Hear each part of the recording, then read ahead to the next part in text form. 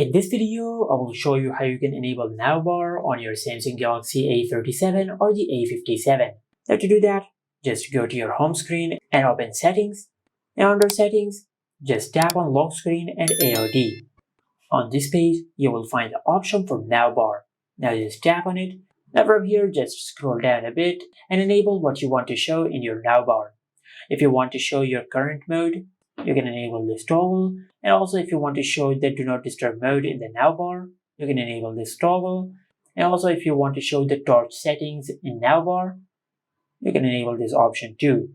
After that, just tap on See All, and over here you will find even more options, like you can enable audio broadcast, clock, emergency sharing, Google Finance, and much more. Now just enable the toggle for the features which you want to show in your navbar.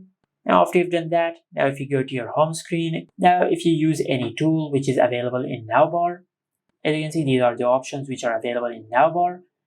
Now for example, if I start recording a voice, then if I go to the lock screen, it will show in the navbar, just like that. And I can play and pause the recording from here.